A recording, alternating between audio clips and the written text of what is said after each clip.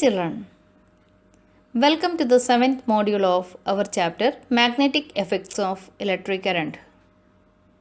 I hope you all are fine and doing well.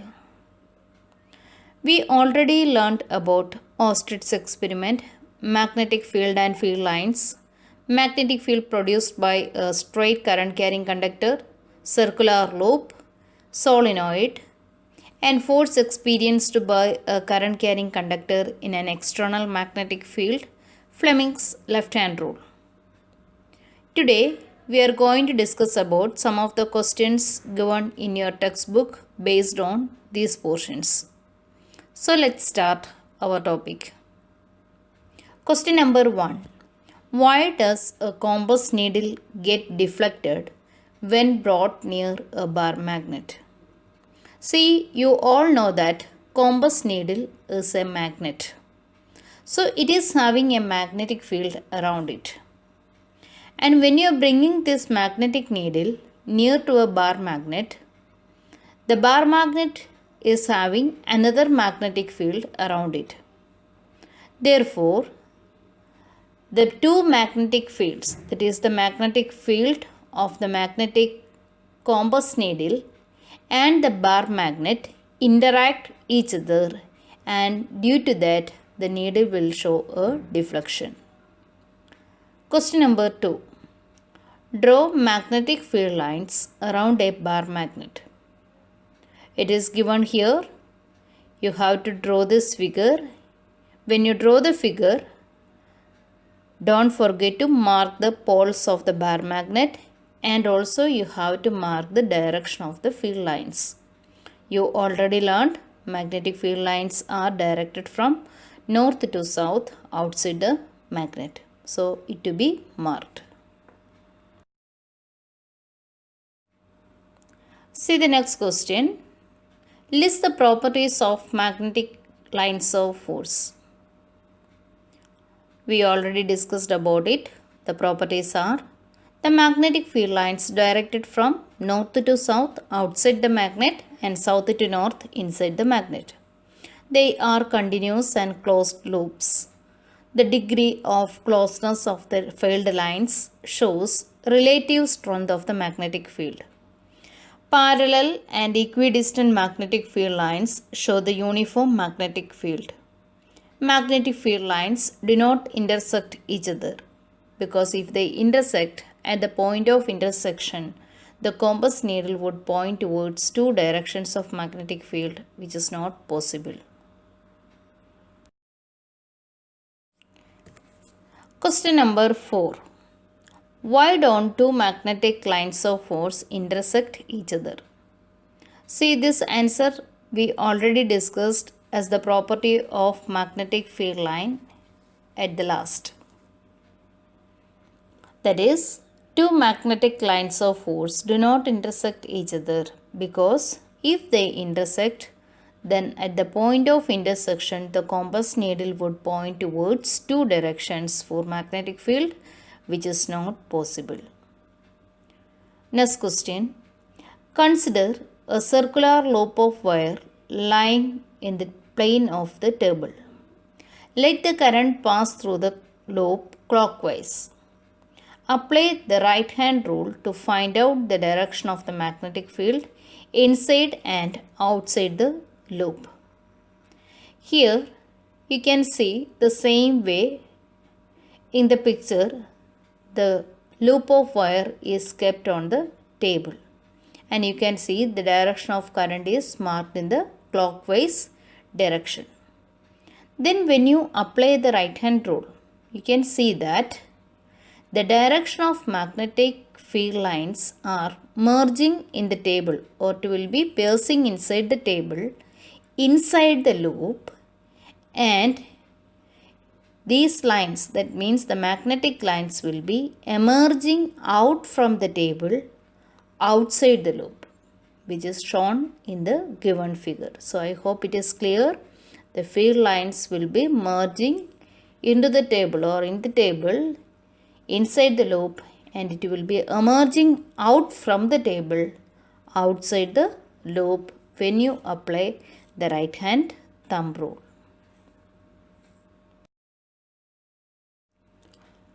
Question number 6. The magnetic field in a given region is uniform.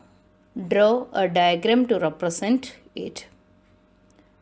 You already learned that in the case of a uniform magnetic field, the field lines are equidistant parallel straight lines, and we have seen inside a solenoid the magnetic field is uniform. So this field will be represented by equidistant parallel straight lines. So the same figure is given here. You can note down it and draw this. Question number 7. Choose the correct option. The magnetic field inside a long straight solenoid carrying current.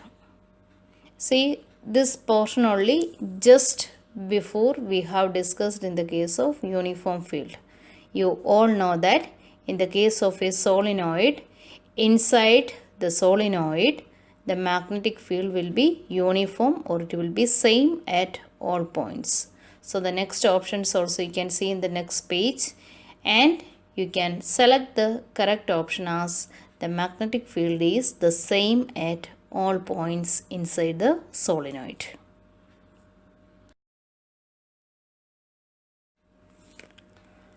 Question number 8. Which of the following property of a proton can change while it moves freely in a magnetic field? See, proton is a positively charged particle. Mass of an object remains constant. So the two quantities which can be changed, the properties can be changed, are velocity and momentum. Next, question number 9. In activity 13.7, how do we think the displacement of the rod AB will be affected if three options are given there? See, this activity is the activity mentioned in the case of force experienced by a current carrying conductor in an external magnetic field. That means the last module we have discussed about this activity.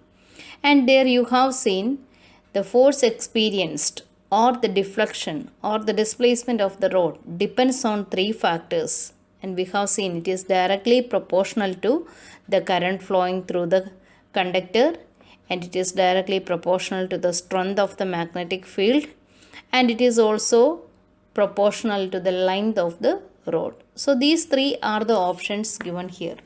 So if the current is increased, the displacement also will increase. That means it will experience more force, so it will deflect more, or we can tell the displacement will be more. The same way, if we increase the strength of the Horseshoe magnet, in that case also the displacement will increase. And the last one, if we increase the length of the rod, in that case also the displacement will increase.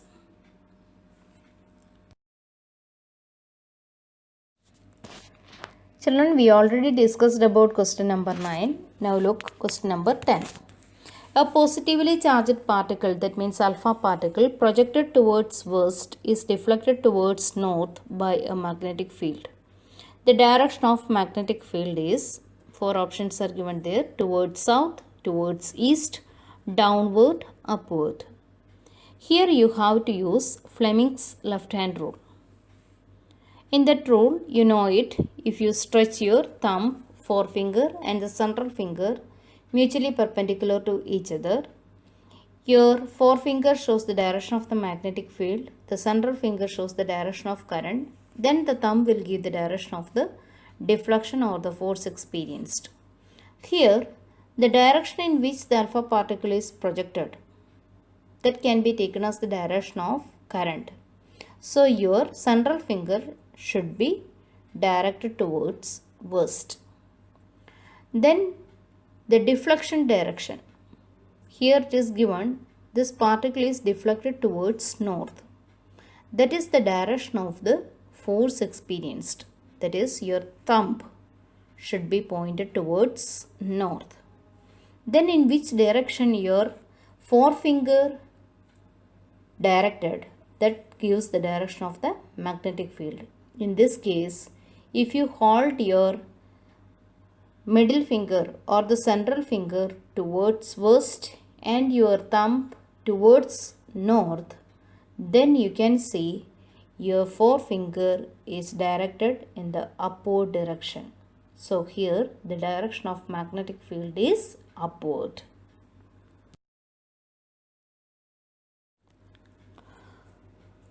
Next, question number 11. State Fleming's left hand rule. We already discussed about this rule in the previous question. The rule states that stretch the thumb, forefinger and central finger of the left hand in mutually perpendicular directions. Then the forefinger points in the direction of the magnetic field, central finger in the direction of the current, then the thumb will point the direction of the motion or the force experienced by the current carrying conductor. Next, question number 12. Which of the following correctly describes the magnetic field near a long straight wire? This is the case you have learned at the beginning. That is the magnetic field produced by a current carrying straight wire. And you have seen in that case the field, the magnetic field lines appears in the form of concentric circles whose centers lie on the wire. So option D is the answer. Next, question number 13. List two methods of producing magnetic fields. To produce a magnetic field, you can use an artificial magnet such as bar magnet, horseshoe magnet, cylindrical magnets, etc. You have also seen in this chapter that a current carrying straight wire, circular loop, solenoid also produces a magnetic field around it. An electromagnet also produces a magnetic field around it. Next, question number 14.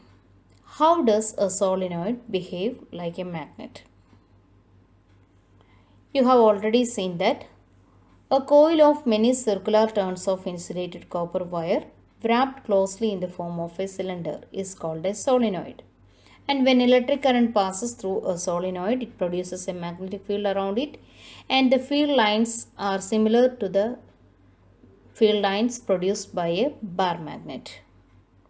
So that one end of the solenoid will behave as a magnetic north pole and the other end behaves as a south pole. And you have also noted that the field lines inside the solenoid are the form of equidistant parallel straight lines which represents uniform magnetic field inside it. That means the magnetic field will be same at all points inside a solenoid.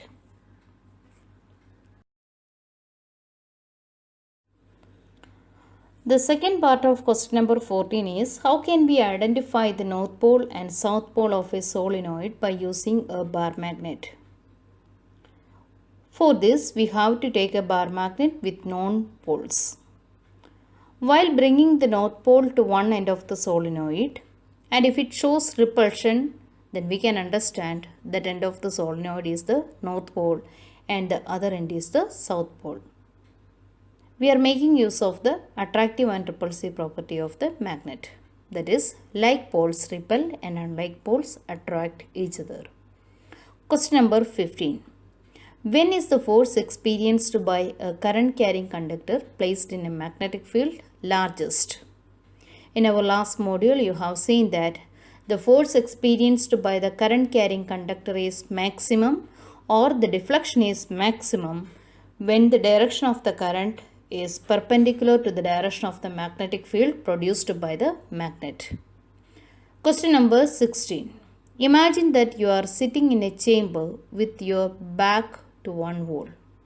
An electron beam moving horizontally from back wall towards the front wall is deflected by a strong magnetic field to your right side.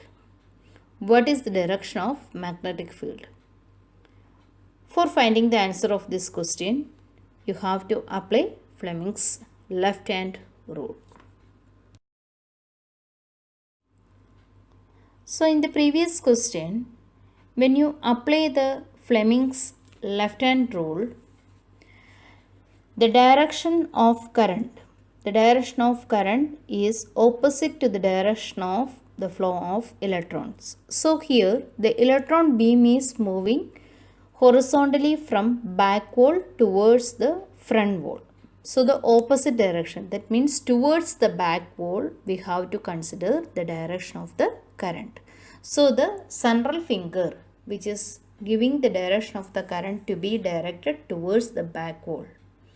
And this beam is deflected towards the right side by the magnetic field. So deflection means it is the force experienced. So your thumb should be pointed towards the right side. Then you can see your forefinger, which gives the direction of the magnetic field. It is directed downwards. So according to Fleming's left hand rule, the direction of magnetic field is downwards. Question number 17. A current through a horizontal power line flows in east to west direction. What is the direction of the magnetic field at a point directly below it and directly above it? For finding the answer, we have to use right hand thumb rule. When we use the right hand thumb rule, you know it, the thumb shows the direction of the current and the fingers wrapped gives the direction of the magnetic field lines, which is in the form of concentric circles. So here your thumb should be pointed from east to west. That gives the direction of current. Then when you view from east, you can see the circles are appearing or the field lines are appearing in the clockwise direction. And when you view from the west end, you can see the lines, the concentric circles are appearing in the form of anti-clockwise direction. So when you view from east, the magnetic field is in the clockwise direction, and when you view from west, it will be in the anti-clockwise direction. Then the last question, question number 18. An electron enters a magnetic field at right angles to it as shown in figure.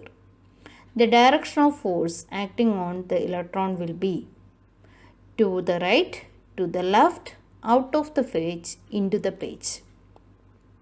Here the electron is entering in the field at right angle to it, and according to the figure it is in the downward direction.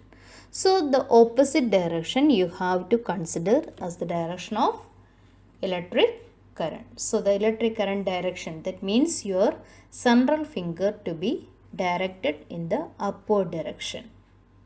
Then the magnetic field direction is given there, that is towards the right side. So the same side you have to keep your forefinger. That means your forefinger to be directed towards the right side. Then you can see your thumb, which gives the direction of the force, is into the page.